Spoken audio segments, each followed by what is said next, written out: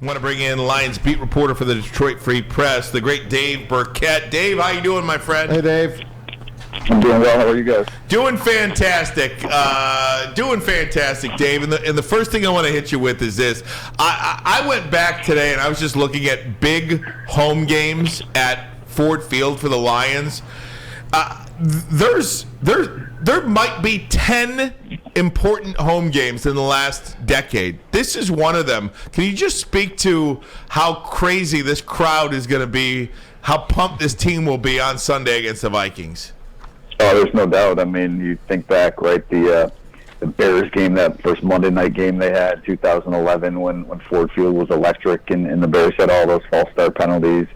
You know, even against the Bills when that place was brimming, and some of it was Bills fans, but it seemed like there was never a quiet moment in there because they were it was so boisterous on both sides. I think this is going to be just a great atmosphere. You know what you kind of want if you're a Lions fan, and maybe what you've been missing for all these years, because the Lions haven't been so, they haven't had a lot of success. And in a game like this, look, 5-7, everyone sort of knows what the Lions are, but this is an important game to play a division leader, a team that you had, the game in hand against the first time around, and if they can win this game, and Dan Campbell said it the other day, maybe it's the fans that help them, get there. All of a sudden, you can sort of see this thing really taking off. And, Dave, this begins, too, with Jared Goff. I mean, you wrote about it in the Free Press today. He is playing his best football right now. What has been the difference? What has seemingly clicked over the last 5 weeks that took a little while to get going? Yeah, I think there's a few reasons. I mean, look, Jared is playing, some of his best football. I mean, as I put in there today, maybe some of it is luck, right? There was a pass that should have been picked off last week and one against the Bills, and he had one that, an interception that was negated by penalty against the Bears. So it hasn't been maybe as clean as the numbers would indicate, but that's not to take anything away from him, because he just seems more comfortable in the pocket. He's trusting his receivers a little bit more. He's more willing to throw into some of those tight windows and trust that his offensive line is going to protect them. And look, I don't think we can dismiss the relationship that he has with Ben Johnson. I mean, Ben is, he's a bright, young offensive mind. He does some really, really creative things. And part of, what held Jared in the offense back last year was just, I don't know that it wasn't a case where he and Anthony Lynn didn't like each other necessarily. It just didn't seem like the trust was there on either side. And the case now is that Ben is giving Jared some input with the offense, and Jared seems to really buy into what Ben's doing, and together they really have this offense humming.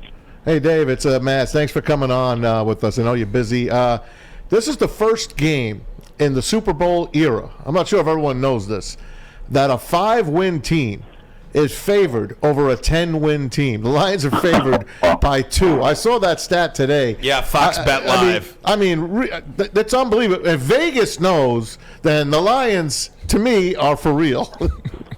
Yeah, I hadn't heard that stat. No, you're right. That's pretty wild to think like that. But look, I get it. I get why the Lions are favored in this game. I mean, the way they've played the last 5 weeks, they've certainly played like one of the best teams in the NFL. And you go back to this game when they traveled to Minnesota at the end of September, and the way they had the Vikings on the ropes for most of that game, it certainly, if you go back and just watch it from a football standpoint, right, that's a game the Lions should have won. And I know how good Minnesota's been. I think we all know how fortunate they've been in some ways too with some of their one-score victories. So I get why the Lions being at home and such a meaningful game for them are the team that's favored this week. Hey, the beginning of the year we had you on. Well, we have you on many times, but you remember what Ryan said. Ryan said this team's going to win 10 games and make the playoffs. They actually. I told him he was crazy. Right? Let's pay him his respects now, Dave. Yeah, right, for sure. Can you imagine if that happens, though, Dave? I mean, can you imagine if that happens? I mean, Dan Orlovsky was on NFL Live yesterday saying that he believes the Lions are going to win 10 games and make the playoffs. I mean, they are for lack of a better way to say it, the sexiest story in the NFL right now. Yeah, look, if that happens, I would feel bad for Maz and everyone over at Woodward Sports, and probably everyone at Fox 2 as well, because I know how you'd hold that over their heads. But, forever.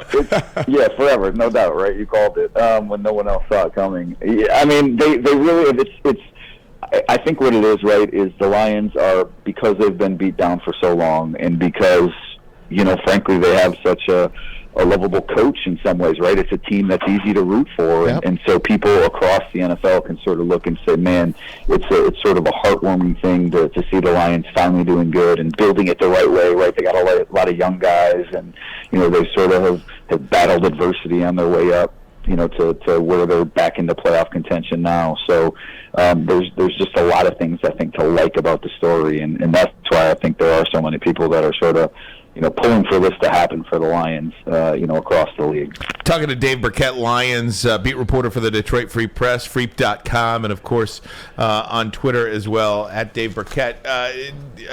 Dave, I just want to get back to Goff for a second. You talk about the turnovers. In the Lions' 5 wins, they have won the turnover battle. In their 7 losses, they've lost the turnover battle 5 times and tied it once. Only 1 time did they win the turnover battle and lose. Is it that simple? Is this league so close that one possession here and there, that is the difference in these games?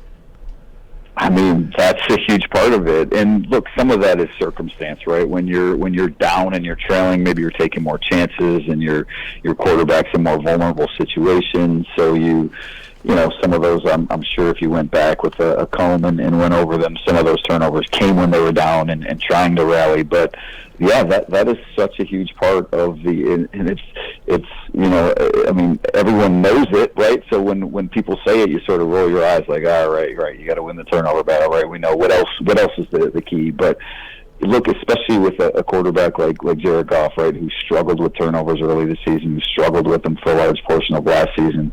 When he's playing well, that means taking care of the ball, and that means, trusting his offensive line that he's going to have the protection, staying in there and not leaving the pocket early or drifting too deep like we saw him doing early in the season, and that leads to some of those mistakes. So, when the Lions win the turnover battle, they don't put their defense that still needs some help in some bad situations, and that's a big reason why they've had success here over the last month. Hey, Dave, let me give you the Lions cynic in me, because let's face it, that's what we are here in Detroit. This would be Lions luck. They win, let's say, 9 games, and they don't make the playoffs. And now the freaking Rams get Baker Mayfield, and they start winning a few games. And not only does our season get ruined, but now our draft pick gets ruined. What's your thoughts on the Rams picking up Baker and Lions luck in general? Yeah, you're right. They're going to pick 10 and 15th or something, right? That's how it ends up. No, I mean, look, Baker didn't really do anything in Carolina, so I don't know. I don't know that he's. But he's got McVay now. Even though he's got McVay. You're right about that, and they're talking about him playing right away, right? And just the track record says he's going to be better than John Walford or whoever's playing over there in LA. So I'll be interested to see it. I think there are a couple winnable games left on the Rams schedule. And maybe there's enough pride in there, from having played in the Super Bowl last year, that those guys, they're going to take this final month here serious. But I also know, man, like, it's a different thing when you go to the Super Bowl and now you're sort of looking at this like, we're not playing for anything. What do we have going on here? Like, I don't know. I still don't see a lot of wins in the Rams' future. So I hope you're right. I don't know that the Lions are making the playoffs. Winning 6 straight is tough to do in the NFL. It's only 2 teams have done it this year. But I guess I have more faith or think it's a higher probability that the Lions make the playoffs than I do the Rams all of a sudden get on some hot streak here and end up, finish the season with 6 wins. I hope you're right. We were talking to Ari Meyerhoff yesterday about Pro Football Focus. I brought up Matthew Stafford, and I don't know. I've got this feeling that he might retire. I want to get your take on Matthew Stafford's future. Yeah, I mean, look, I don't obviously have a clue exactly what's going on with the spine, the injury that he's dealing with right now. And, I think that's an extremely serious thing. And anyone who knows Matt knows, he's always, family's always been important to him. Being in the community's been important to him. I think these are things that, he's certainly not a guy who, as much as he's about football, and as important as it is to him, I don't know that ultimately when, all is said and done, that's how he's going to define himself as a person. I think there's more to him. So I guess I wouldn't put it past him, but I also know from talking to him for 12 years that football means a whole lot to him, and I don't think he's going to get rid of it easy. And I think I had asked him one time, like, you see these guys playing into their 40s now. This was a few years ago before Brady's at 45 now or whatever. How long do you want to play? And I seem to remember him saying, like, man, as long as I can, and so I don't anticipate that he would hang him up after the season unless that injury is that serious that it really leaves him no other option. I think ultimately he wants to keep playing this game, and the chance to win another ring and set himself up for to be in the Hall of Fame conversation and do some of those things. I think that will continue to be a draw for him too. Hey, Dave, last one for you. I just want to ask you about the Lions defense. Aaron Glenn, really a turnaround. First 7 games, 32 points a game. Last 5 games, 19.8 points a game. Okudah, Joseph, Hutchinson, James Houston, Aleem McNeil, these young guys are really coming on and being developed. That feels a little bit different too, that these younger players are getting better as the season goes on. Oh, I mean, look, the entire defense is young, right? First and second year players for the most part. I mean, obviously, Anzalonis and Deshaun Elliott in the back end, and you have some guys. But the key players, I mean, the guys that you really see taking some of those steps are exactly who you mentioned, right? Jeff Okudah, from where he was at the start of the season or training camp or what we thought he might be to sort of what he's become as a really good cornerback in the NFL. Malcolm Rodriguez and Kirby Joseph and those rookies. You mentioned Houston making plays. I mean, Aiden Hutchinson, even though maybe the sacks haven't been as consistently there as some people want, I mean, he's made some big-time interceptions, and he draws a lot of double teams, which helps other people up front. So I think the Lions have a good nucleus on that side of the ball. And, the reality is that you would expect those players to get better, right? And maybe that's part of this thing going forward. The other thing, though, too, Ryan, is, look, they did scale things back, right? I mean, Todd Walsh had talked about this the other week, that first and second downs, they made it less complicated, and that allowed players to play a little bit faster. And then they still, they were in better situations than on third downs, and they could still get after other teams on third downs. And now that they slowed it down, they've started to add more back to the mix. And so, I think it's a combination of the changes that were made, coming out of the bye to scheme and personnel and what they were doing, and the growth by some of those young players. I think that's really why this defense has taken off. Dave, thanks so much for coming on with us, my man. We really appreciate it. Yep, you got it. We'll talk to you guys again. See you, Dave. All right, on Twitter, at Dave Birkett, Lions beat reporter for the Detroit Free Press. Great stuff there. Subscribe to the Free Press. A lot of Dave stuff is right there for you. Those rookies, man, like you were saying, they're playing out of their mind. They really are. And hats off to Brad Holmes and that Lions scouting staff. They've done a hell of a job.